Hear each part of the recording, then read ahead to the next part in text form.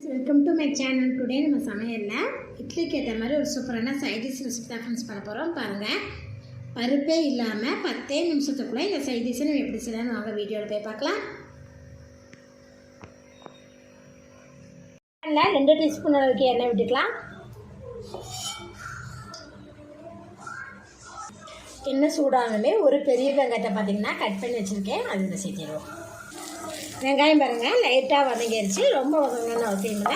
இப்போ இது கூட பார்த்திங்கன்னா 3 பல்லு பூண்டு எடுத்துருக்கேன், அது இதில் சேர்த்திட்டு இதையும் வதக்கி விட்டுருவோம். பூண்டு பாருங்கள் லைட்டாக வதங்கிடுச்சு. இப்போ இது கூட பார்த்திங்கன்னா 5 தக்காளி பழம் பாருங்கள் எடுத்துருக்கேன், அதை கட் பண்ணி சேர்த்துக்கலாம்.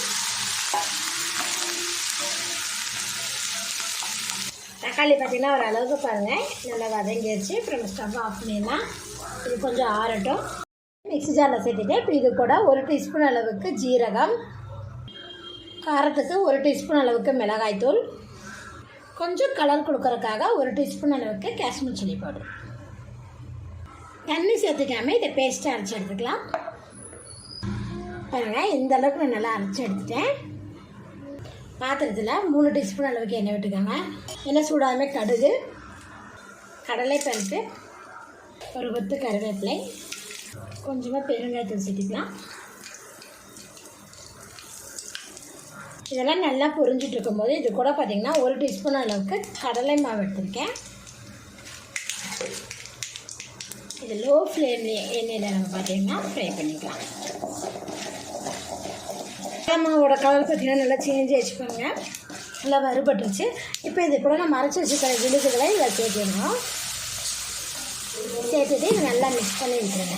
பச்சை வாசம் போகிற அளவுக்கு நான் நல்லா வதக்கிட்டேன். இப்போ இது கூட பார்த்திங்கன்னா நம்ம தேவையான அளவுக்கு தண்ணி சேர்த்துக்கலாம். கடலை மாவும் வெங்காயம் தக்காளியும் பார்த்திங்கன்னா அரைச்சி சேர்த்துருக்காங்க, நல்ல ஒரு திக்னஸ் கிடைக்கும். இப்போ இது கூட பார்த்திங்கன்னா தேவையான அளவுக்கு சால்ட் ஆட் பண்ணிக்கலாம். உப்பு சேர்த்துட்டு நல்லா கலந்து விட்டுருங்க. கலந்து விட்டுட்டு 5 நிமிஷம் ஹை ஃப்ளேம்லேயே நம்ம பாயில் பண்ணிக்கலாம்.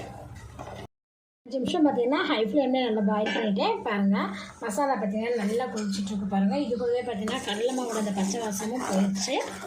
இப்போ ஃப்ளேம் வந்து லோ ஃப்ளேமில் வச்சிடலாம்.